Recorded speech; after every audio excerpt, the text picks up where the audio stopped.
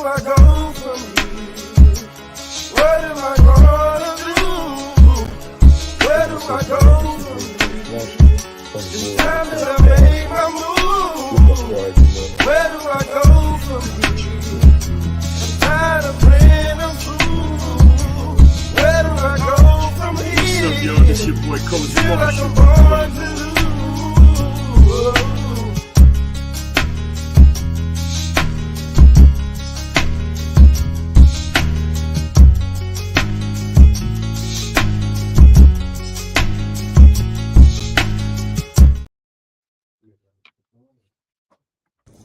Saginaw, Michigan, it's official. June 29th, your boy Comic J will be in your city. I'm gonna be at the Legendary Event Center. Me, my nigga Marv Ross, my homegirl Judge Miles, gonna come down and shut that bitch down for y'all one time. So make sure y'all go get y'all tickets right now for June 29th, the Legendary Event Center. Your boy Comic J Will in your city. I think the show started about 8 or something like that, you know what I'm saying? But you know how niggas be. So you got time, you know, but don't get the bullshit, no. So June 29th, though, we in the building. Legendary Event Center, Comic J Will, Marv Ross, Judge Miles. It's gonna be one of them things, you know what I'm saying? Get your tickets now. Don't wait. Just get them right now. You're... Hey, yo, Saginaw, Michigan. My people up in Michigan, it's your boy Glenn Big Baby Davis, and I am having the Glenn Big Baby Davis Comedy Jam. Yes, I'm still having the comedy show. It's at the Court Street Theater, June 28th. I need y'all to be there, man. Saginaw. You know why? Because your boy need a couple of dollars. Pull up for me before I go in, all right? The comedy show. I need y'all to pull up. I'm for real. I ain't black. What's up, y'all? This your boy Coach Marshall from the More Than the Coach podcast. And tonight, y'all, I'm coming to you with another exclusive, a great interview, a great man, a great person, great coach, and a friend, as well as a great father. So without that being said, y'all, I'm going to get into this before I get the show get started. Check it out.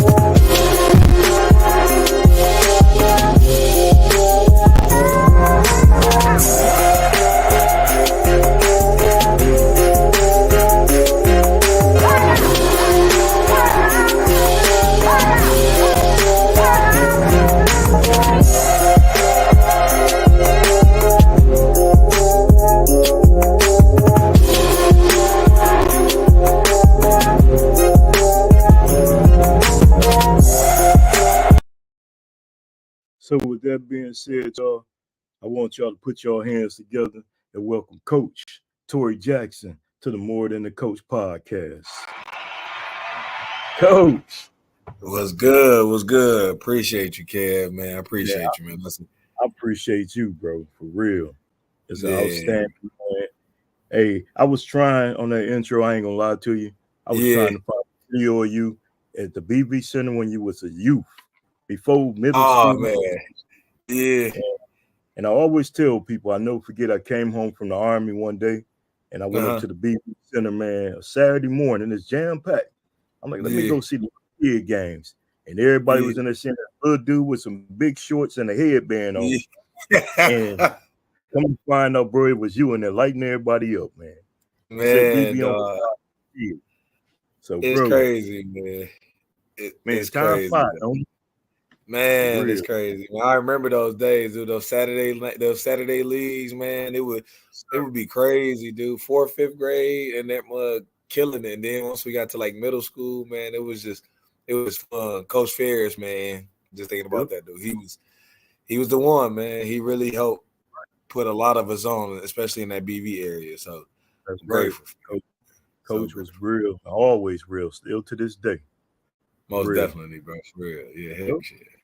So I know I showed a little clips of you and stuff and what you done, man. Yeah. But would you like to tell my listeners a little bit more about you, T? Yeah, man, it's crazy, man. Because you, Coach, when you look at the pictures and stuff that you showed, man, I'm just thinking, man, just having so many flashbacks, dude. Like the high school games used to be bananas back then, dude. You showed a couple high school games. You showed something from like my state championship runs, man. Like I can remember games back then, dude. Freshman year, I remember when I first started playing high school basketball at BV, bro. I was behind. I was at first, man. I wasn't even starting. My first year coming in, man. Yeah, man. I think about all the stuff that I'm doing and dealing with as a coach, man. It's so many flashbacks, and then I think about what I'm dealing with. I'm like, man, I used to put Coach Ferris and Coach Schaefer through hell, man. I was like, I see it. I'm getting it back now, man. So it was just thinking about all of it, dude. The runs in the D League back then with Fort Wayne Mad Ants, like. USA runs, man. So many of the NBA guys that I played with or against, man, and guys that I used to torch, dude, like historical guys, dude. Like it's crazy, man. God bless me, man, for a long time, man. My mom and my dad, the impact. You know the Jackson family, man. You've been around it, man. You've been a family, like friend for life, dude. So it's crazy, man. Seeing that, it makes me just replay all of that in my head, man. It's crazy, man. I'm grateful. Well, I'm glad I got to bring some of that back too, man. And since you touched on the family, man, I found this picture too of you, man, and your brothers, man. I think a couple more missing. But yeah. Picture when I seen that. Wow. That's crazy, man. When you think about that, man, that was a couple years ago at the Hall of Fame banquet. I got inducted in the Hall of Fame, Sacramento County Hall of Fame. That's my brother, my brother Anthony and Devontae and those guys, and Sean. Man, Sean was when you think about it, bro. You've been around when Sean was there, man. I used to look up to Sean when I was younger. My success came from playing against my older brothers, my older sisters. They were killers in BV back then. Sean was a starting point guard on one of the state championship teams in I want to say '89, man. So it was, just thinking about those guys, man. They put me on, and then I got my daughter over here this week with me, man. And then I'm looking at her with the little cat ears that she had on in the video. So it's crazy, man. Like I'm grateful, man. I've been blessed. The game of basketball has really blessed me to not only I was able to go and play so many places, but the friends and the family that I created through the game of hoops, man. Like it's been a blessing, dude. So I'm grateful, man. My family were the ones, though. They beat me up when I was younger, dude. They in the driveway. I couldn't get out the driveway and do what I need to do against them, man. I ain't had no chance against nobody in the neighborhood. So they were my first big test. They were my first big test for sure. And you had a lot of point guards in that family ahead of you. So for real, dude. The girls, Kim, Lynette. Man. And I didn't bust dudes down on the court. That's what I'm saying, dude. Like Kim, I used to see Kim play in the streets against a lot of our kids in the neighborhood, man. Some of our neighbors, dude, like she would go hoop against them, man. I remember she used to go down the street, her old high school teammate, Dana Clark. Like they used to be killing people, dude. I used to be like, dog, it's crazy. It's crazy, man. Just thinking about all of that. The neighborhood, man. So many people in our neighborhood was just insane, dude, when it came to Randolph Simmons. He was a quarterback, but he could hoop too. Montel Green. So many guys that I used to look up to. And what's crazy, I used to steal all of their games when I was younger. I was such a, I used to love, I love hoops, bro. I'm obsessed with it. So I used to think and watch them play, and then I'll go on my driveway and try to move. You know what I'm saying? Even the ones that used to be dunking, I used to be like, man, I can't. I used to be trying to lower the rim down and just trying different moves. And I used to add to my own game. I don't think kids do that anymore as much, man. And I think that's what's missing a lot. You know what I'm saying? I think that's really, really missing, dude. Like we watch a lot. I think they watch a lot of what's going on now in the NBA, and then they try to mimic that. But the stuff we used to do in the neighborhood, and then the people you used to have to play against in the neighborhood on the street, like that was the toughness that it brought. You know, it was just something about it, man. It was different for sure. Yeah, and I tell a lot of players, man, some of the best athletes didn't even play high school and college ball. Oh man, for real. You Especially know, when you think about in Saginaw. Yeah, man, dude, it's so many. Man, I think about that all the time. Man, it was a dude named T. Riley that was in my neighborhood that was out cold that went to BV. Like, no, but nobody ever knew about him because he didn't go hoop or do anything like that. It was so many people like that, dude. When you think about it, it's crazy. That's crazy when you say that too. Man. Like, some of our best hoopers. Yeah, I had one, Dwayne Clemens. We just knew he was gonna rock out on BV squad, but he wouldn't listen to coach. So our reg team and won the championships.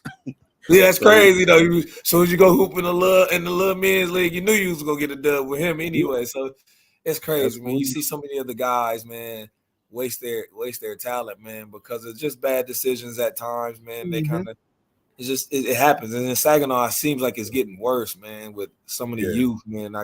I get scared for it. And I know you out there, I know you coaching, man, and seeing what you have to deal with as a coach too, it can be tough, bro. So man, it's insane, man. It's insane. It is, man. But you know, I tell people, man, you know, at the end of the day, if them kids learn something, that mean the most. And I hit you with this before I go on.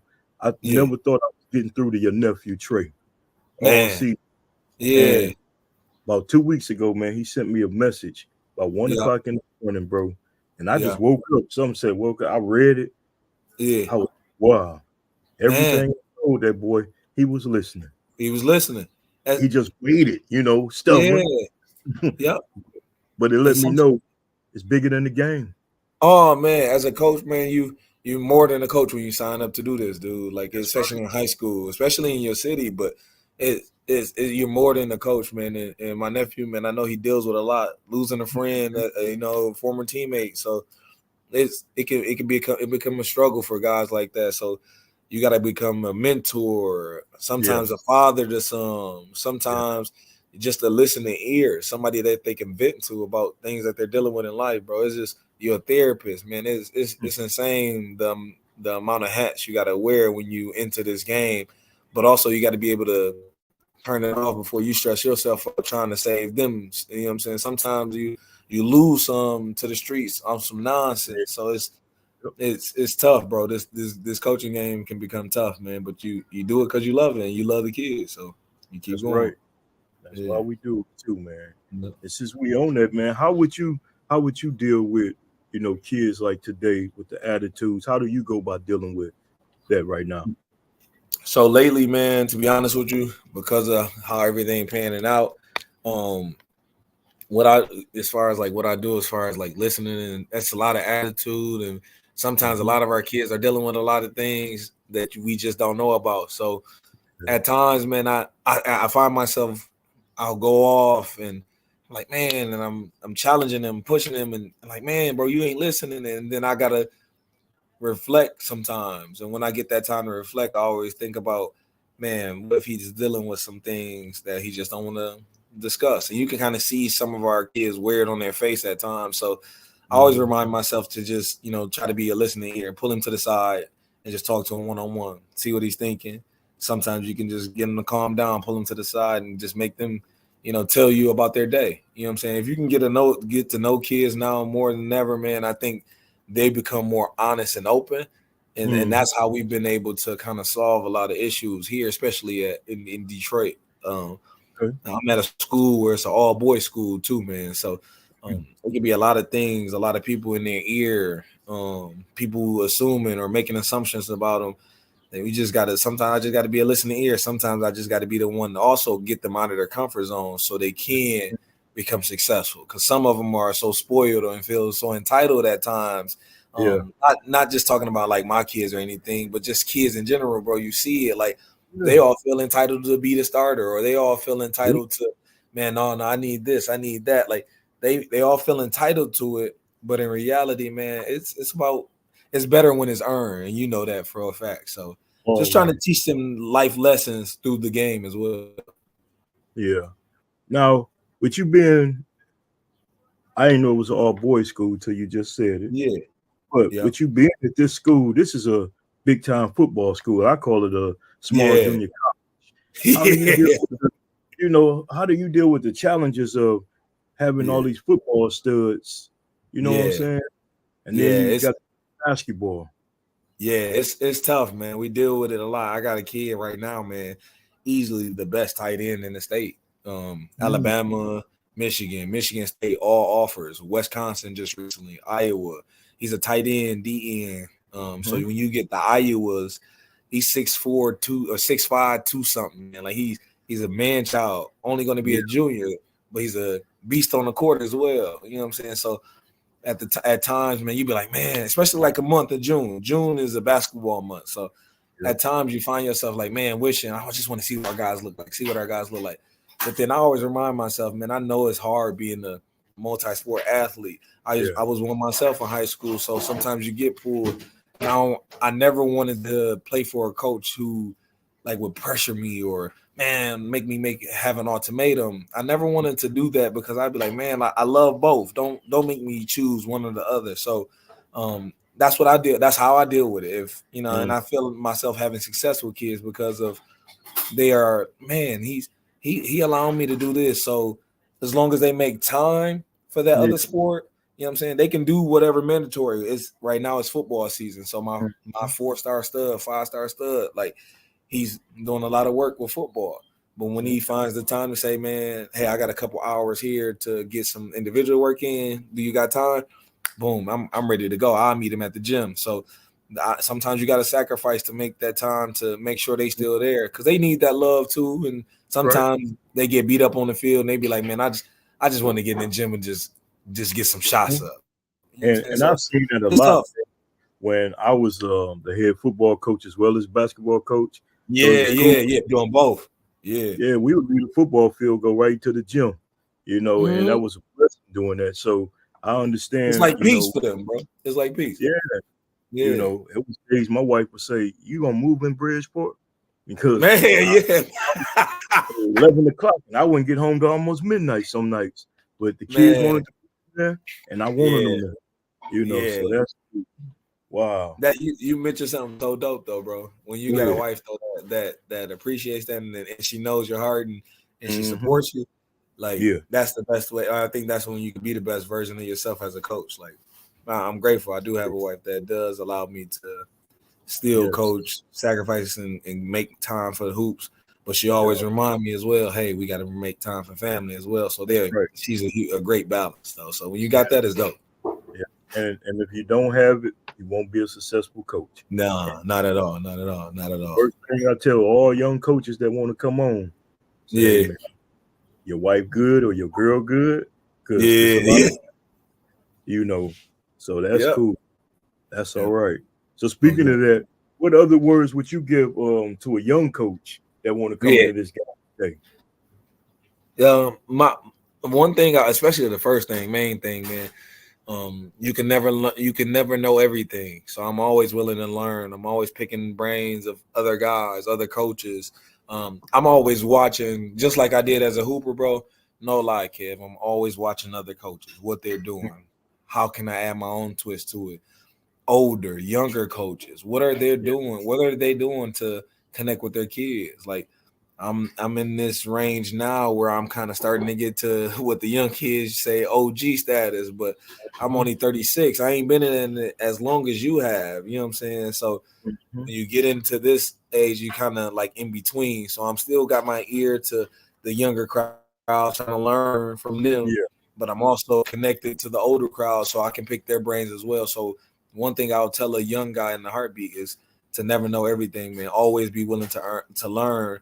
And always be willing to, you can never like also put like you gotta be able to get the guys to buy into the we over me. You know what I'm saying? If you can get your team to buy into we over me, you know what I'm saying? I think that's when you really have team success and you start winning as a coach. So that's one thing I'm always learning and telling younger guys, man, as they come up and some of our guys are having success doing it the right way. So but I appreciate guys like you because I would steal things from y'all and put my own twist to it. So appreciate guys like you for setting the foundation.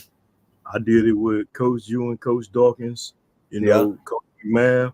I was the same way. The sponge, go to practice, making little mental notes, and then come back and just do on with it. So you're right.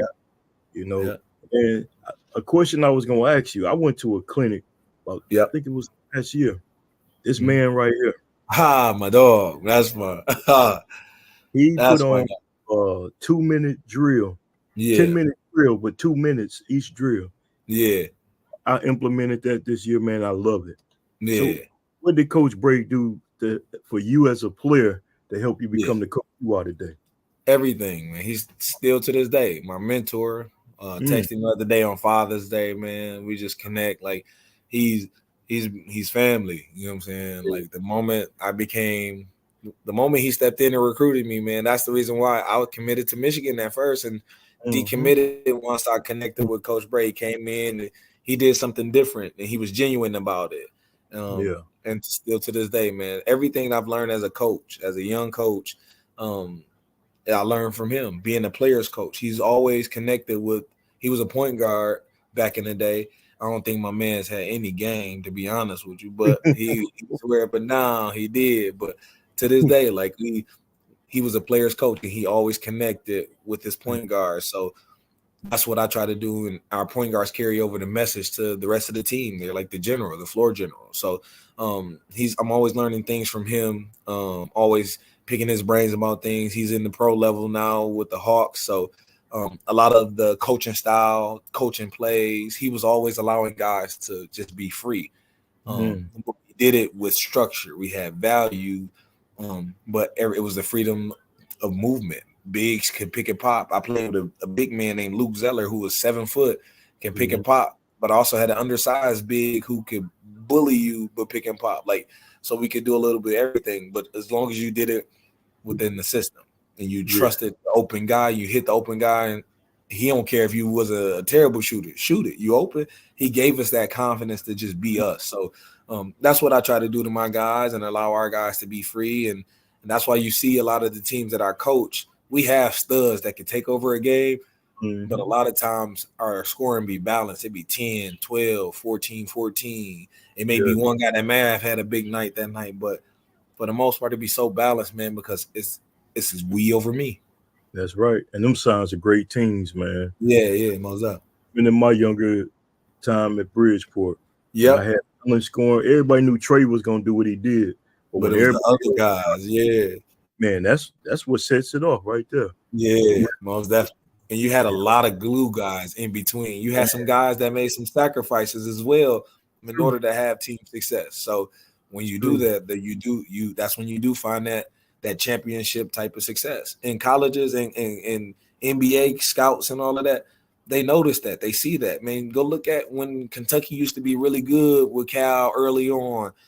They saw guys had star potential, but they saw that everybody bought into the we over me when they had Anthony Davis and them when they was winning the championship. Guys ain't averaged no more than 12, 13 points a game, but they had 7 NBA guys on the team. You know what I'm saying? So when you got that in high school, some high school teams got that. You had that with Bridgeport, Trey. Man, I'm looking at Trey and Markel and those guys grow up now. Like you had that with that group. They all bought into the we over me, but lately it has been changing because you see so many pros get to isolating and doing all of that. So everybody want to isolate. So sometimes you see a lot of me over we now. Yep. And they don't like playing defense. And I'm a defense. Oh, they hate that. That's my biggest P from all players. Yeah. And I tell them all the time, Coach, if you can't play D, you can't play for me. Yeah, that's the motto, dude. Like that's the motto. We teach that. It's crazy being from Saginaw, how everybody has that mentality already to say, man, if you can't play defense, bro, you can't play for me. Like that's true. You gotta be able to. Everybody ain't gonna be perfect, man. No, and you're gonna make some mistakes defensively. You're gonna give up some stuff, man. But what you gotta do, man, you gotta be able to put in the effort to be able to fight. Give me your all every night, bro, and be there for your team, man. So when you get that, man, the guys buy into defending. I swear, that's how you turn, that defense into easy offense. So right. It's man, you don't even have to set up a play when you could be one of the best defensive teams, dude. Man, So, trust me, that's crazy, dude. When you think about I that, live by it, man. And this year yeah, we wouldn't the best defensive team, and we see the yeah, result. Simple and yeah, plain. That's yeah. true. It happens every year, Yep. So what motivates Coach Jackson? man. Winning, having success, but doing it the right way too, man. I like to see our guys have success. Winning can be defined in different ways. It don't have to be a state championship. No. Having success can be defined in different ways. You know what I'm saying? So for me, like when we're winning and doing it together, bro, and playing together, playing for each other, that's when I'm my happiest. When I have to have, and sometimes during the season, you could be playing hard, man, and still end up coming up short in games, man. One team made a miraculous play, and that could be the difference. But as long as you're doing it together, man, that's what motivates me, man. And I love seeing the challenge. Coming here to take this job is a challenge. Being in one of the toughest leagues, that's what motivates me. As a player, I always wanted to beat the best. You know what I'm saying? Because I came from Saginaw, we always played with that edge. So I'm the same way as a coach. Like sometimes I psych myself up. I'll create something in my head. Like, all right, man, such and such. I seen him do this, man. Okay, he was talking junk about me. I can't wait. So like Michael Jordan, man, I get in that mode at times. You know what I'm saying? So stuff like that motivates me, and it makes me go harder, and it makes me do my homework. It makes me find other ways and tweak certain things and add things to my bag as a coach to find more success. You know what I'm saying? So all of those things motivate me, man. And then my family, trying to get my family, put my family in a better place. That's the biggest thing. My wife's starting to fall in love with the game. My kids are older now and they love sports. So it's starting to, that's what motivates me. Seeing that smile on their face, win or lose, or when I come home, I always got that. So it's dope, man. That's the things that motivate me for sure. Man, that's real. I like that, man. So do you miss playing ball on a high level though? I do. I sure do. Especially when it's a kid on the opposite team might have hit a shot and he be talking junk. I'd be like, oh man, dog. I'd want to go out there myself, man. So, but that's when I miss it the most, man. But when I get that itch, I find myself getting on the court with my guys and abusing them, man. And they go at me here, man. They're so competitive. So I'll come home and play in the league once in a while. But I miss it, but I know I'm at the age now where I'm happy where I'm at, man. Everything the game brought me, the people that the game brought me to and connected me with, I'm grateful. I know God, it was perfect timing, bro. So I'm grateful. I'm grateful for sure. Right. And I had the pleasure of not only being there, but at a couple All-Star games. I wouldn't sit on the bench, let you do your thing. Yeah, bro. So you see it. You see it all the time. Yeah, my dog. That's the competitor though, man. I love it. I love seeing all the former players get out there and play. Yeah. So many, man. So Saginaw was filled with, man. Look on those celebrity events that we do. That's when I was talking to Cliff a lot about it too, man. You think about all the guys that T-Robe and those guys, Fuki, you know what I'm saying? Guys he coached against, played with, like, man, there's so much talent that came through Saginaw, man. You think about the guys that's currently playing, Jay Rich still killing in the big three. Like, you see so many of those guys, you be like, dog, Saginaw has been blessed. That small town, bro, filled with NBA type talent, dude. So it's Saginaw, man. Ain't nothing better than that, in my opinion. No. Look, I still remember when Dick Vitale said Saginaw was the mecca of basketball. Saginaw, bro. Temple. And that's crazy. Yep, that's crazy. And he's familiar with Michigan, being around here, coaching at UD. Like Dick Vitale, he's familiar with this. So you got somebody like that talking big and highly of your city. Man. That's what I'm saying, man. I hope the city get that love back, man. I think the schools merging. I'm excited about what's coming next year, man, with the schools merging. We're coming down there to play them in the first game at Saginaw Valley State. So it's going to be on. Yeah. I definitely will be there in the crowd. Yeah. It's going to be sweet. Yeah, most definitely. So are you doing any, I know it's June, you doing any summer team camps right now? Yep, man, we're doing really well, man. Our team is young, bro. I'm very excited about our group, man. We got a freshman that's coming in that's really good.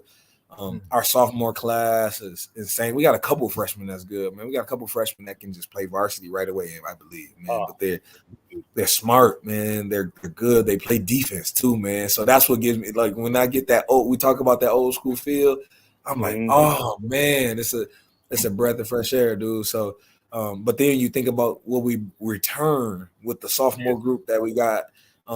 We had one of the best JV teams in the state.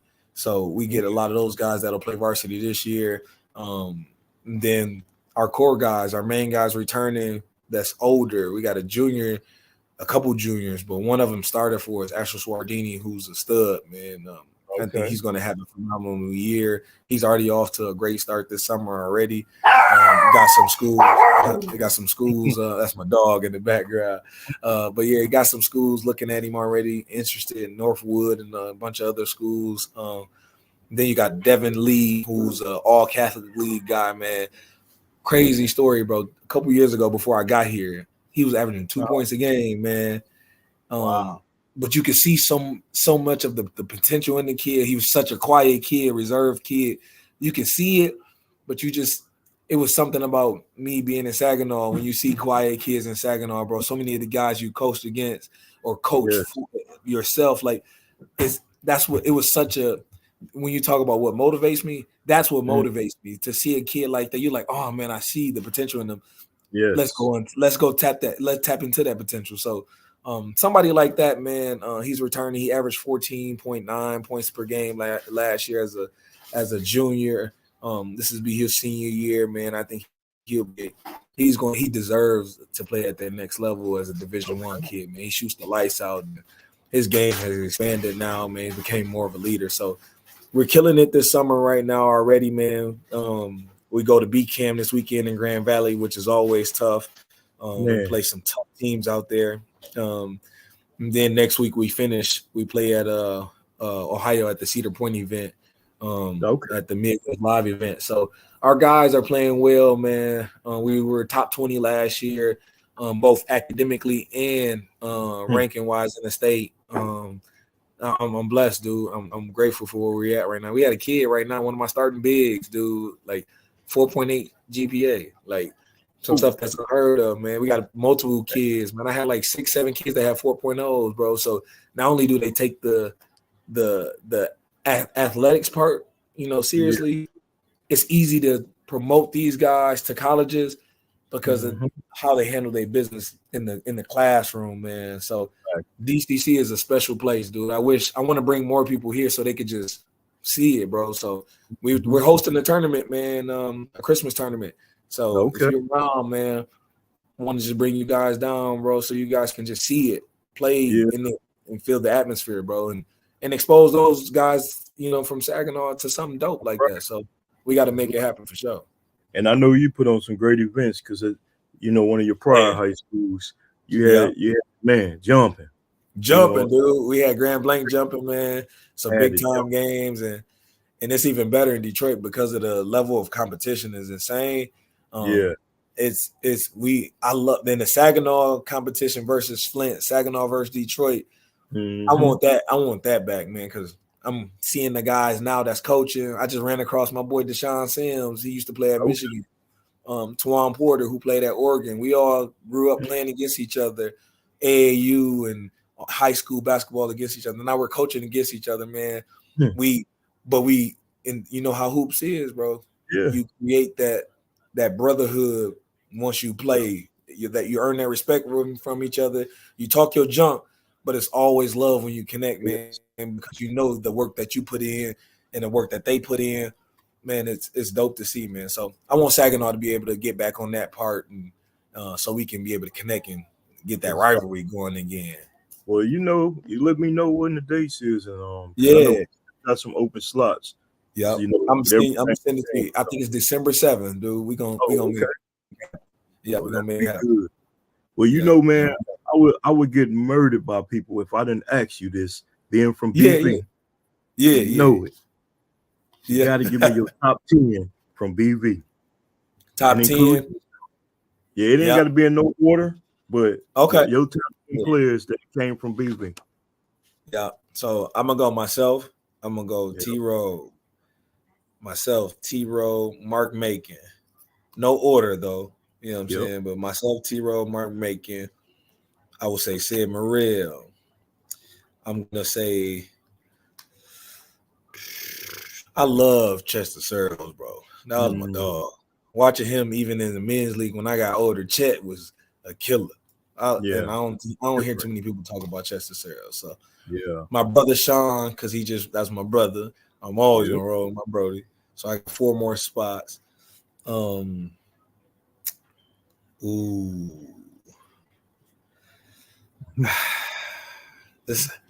would say.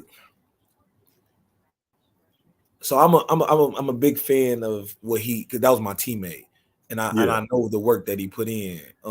Reggie Prince. I respect Reggie so much, man. I used to have wars against him in practice and all of that, bro. We battled against each other and everything, but that made us so much better. So, but I also know he was a bucket. Reggie was a bucket, and I don't think he get the amount of love and respect in Saginaw for the things that he was able to accomplish. So that's 7. Man, I'm gonna say George, Lil George.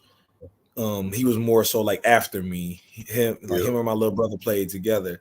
But I'm gonna say Lil George because Lil G put in some work that I don't think that was respected as well, averaging 30 and was able to do it against big time guys. So then the other 2 would be like old school guys. Oh man, don't let me draw a blank, dog. Oh, will one be Johnny Connick? Johnny Connick. Johnny Connick was I'm like, dog, I can't think of his name. I was about to say Jack, but I'm like, no, it ain't Jack. But it's Johnny Connick. Jack got to be the cousin or something, man. But Johnny Connick, bro. Yep. That's what I'm about to say. Yeah. So Johnny Connick was a killer, dude. I don't think nobody ever talked about him. And he was big. He was like 6'4", 6'5", like skill, can do inside, outside. So he was so dope to me. That was my dog. Johnny was funny. He was my substitute teacher when I was coming up, dog. Like Johnny taught me some stuff, showed me some stuff as a hooper. And that was my dog. That was my dog. Yeah. That's and funny. Then last one, huh? Yep, you got one more spot. I got one more. There's some other guys, man. No disrespect to the old guys, but I gotta include my dog D Rich. D Rich was a bucket, man. He saved me some games too. But Dave was a bucket, dog. Dave he'll get hot some games, man. When I'm cold, bro, just going rampage and get 30 with ease. He was a 6'4" combo guard before I even knew it. Like I played against him in middle school, and then once I played against him, he was the first kid and the only kid, honestly, that I played against. I was like, yo, I play so well with him, man. So no lie, when I saw him in middle school, the next year he transferred over to Rickard. We won the 8th grade league, went undefeated in middle school, and then by our sophomore year we were state champions. So that was my dog. I took him to AAU. He had a game like Paul Pierce to me. He was that kind of smooth. That's where he had a very game smooth. like. Yep, very Plus, smooth. Me and him never the same birthdays.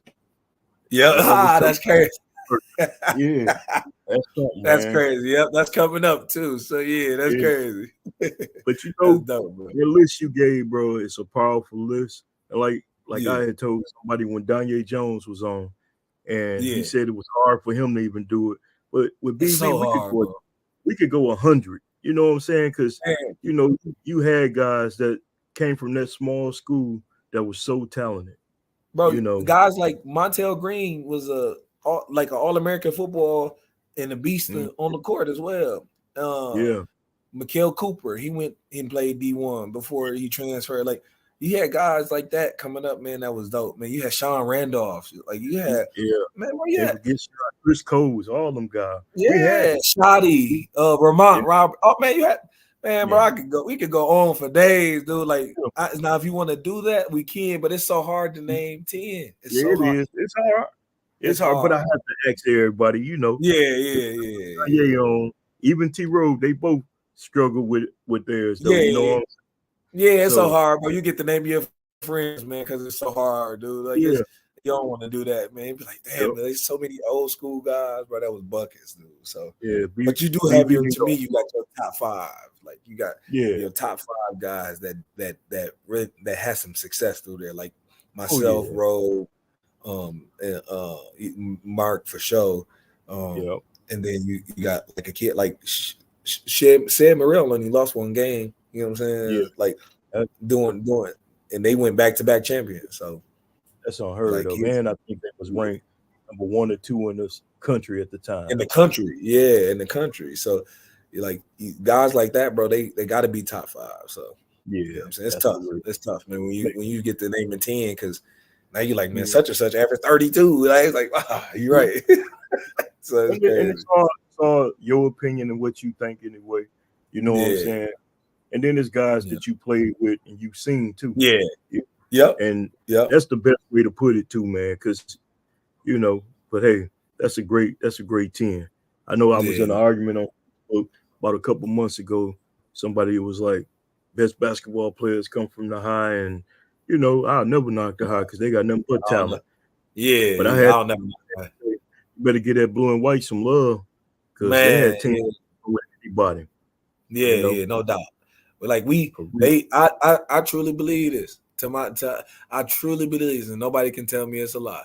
I don't think Arthur Hill wanted to play us that senior year. That's where I swear they avoided us because of how close it was that junior year. You can lose to an inner city team that's a class where they said class C, like only 2 players. You can stand losing. They ain't want to come to BV, small gym or not. I ain't care nothing about that. Like come to BV just like we went to Arthur Hill. You know what I'm saying? My boy Dave had one bad game. Like trust me, like. It's stuff like that, bro. Like that city school, man, they can't leave BV out and act like we ain't put no work in. So, and we were state champions, man. I think we won the most state champions in the city. You know what I'm saying? So, don't get it twisted. Don't get it twisted. Oh yeah, we always got to still stand on principles when it comes to BV. That's for life. No doubt. So, for real. Yeah. Well, this been a blessing, man, to have you on. Like we said, off camera, man, it's a long time coming. But it was, I appreciate it. You know what I'm saying? And it's kind of cool. I just had Big Baby Davis on the other day, and with him. And that's dope, man, bro. If you free, man, you and your wife free next week, man. He doing a comedy show here. And Saginaw, I heard, man, bro. I mean, y'all doing that's dope to have something like that there, man. Especially for somebody like him to come there. So, man, keep doing you, bro. Funny, bro. Yeah, I saw the lineup too. There's some funny comedians y'all got on there too. So keep doing you too, kid, man. Salute to you, man. All the success you had as a coach. I love what you're doing as a podcast to connect and get other coaches on. I saw my man George Ward comment on the so you got guys like that connecting, man. Just keep doing you, man. And yes, sir. Yeah, and I'm proud of you, man, of everything, and I'm honored to be able to know somebody like you and connect to somebody like you, man. As you get older and you get more mature and you start to realize there's so many other guys, great coaches that came before us, man, that don't get the love because of, we go out, man. Hats off, like I said, to Dwayne Ferris, the guys like that we grew up playing with. You got the city coaches, Dawkins. I learned a lot from a lot of coaches in Saginaw, man, you included, man. So salute to all of you guys, man. I love the SAG. I'm Saginaw forever. So regardless of where I go, I'm always gonna rep the SAG. Hey, and continue all your good success down in Detroit. Continue to have that passion, man, that you got. Yeah. I remember when my old knees would let me do that kind of stuff, but I can't do it no more. You crazy, dog. You crazy. I seen it. It was in that video actually of you when y'all was playing, and it looked like y'all was at the high. And man, I was like, oh yeah, they must have done something. Yeah, you already know. You already know, baby. For real, continue to pour into them kids though, man, and give them the best of Coach Jackson, man. And like I said, it was an honor to have you on tonight, and look forward to getting with you this season when we hook up. And hopefully, I can bring the Bearcats down there and let them see another side of the world. That'll be dope, man. I can't wait, bro. I got you. We'll take care of you and everything, man. Let's make it happen. Yes, sir. We will. All right, T. Well, you have a good night, man, and I appreciate it. And thanks again for being on the More Than the Coach podcast. Thank you, baby. Thank you. Yes, sir. All right. I holla. Peace. As y'all see, had great coach, great basketball player from Buena Vista. You know, he real humble with it, but he a 2-time state champ, and he also 5th leading scorer in the Michigan high school basketball, y'all. So it was an honor to have Coach Jackson on here tonight. Y'all stay tuned for more. You're gonna see him, follow his team, and hey, it's gonna be good. But I'm gonna leave y'all with another shot of his video.